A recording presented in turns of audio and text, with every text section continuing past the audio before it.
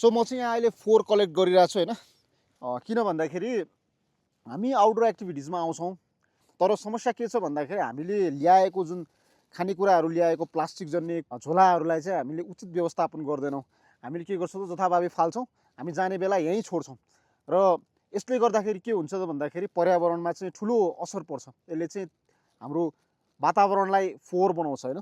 त्यसले गर्दाखेरि रमाउनु, घुम्नु अथवा चाहिँ आउटडोर एक्टिभिटिजहरू गर्नु इट्स भेरी गुड।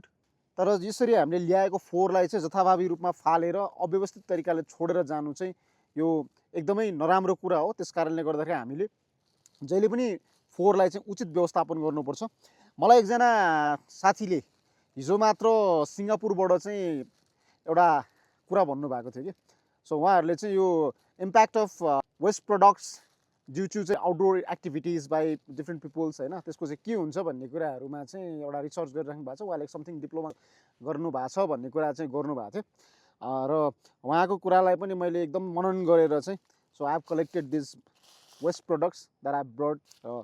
तपाईँहरूले पनि आउटडोर एक्टिभिटिजहरू गर्दाखेरिको फोहोरलाई चाहिँ यसरी नै प्याक गरेर आफ्नो ब्याकप्याकमा हालेर सम्बन्धित ठाउँसम्म पुर्याउनुहुन्छ भन्ने मैले आशा लिएको छु। सो हामी सबैले चाहिँ यो प्रकृति, यो वातावरणको चाहिँ संरक्षण गर्नुपर्छ। थ्याङ्क यू, जय नेपाल।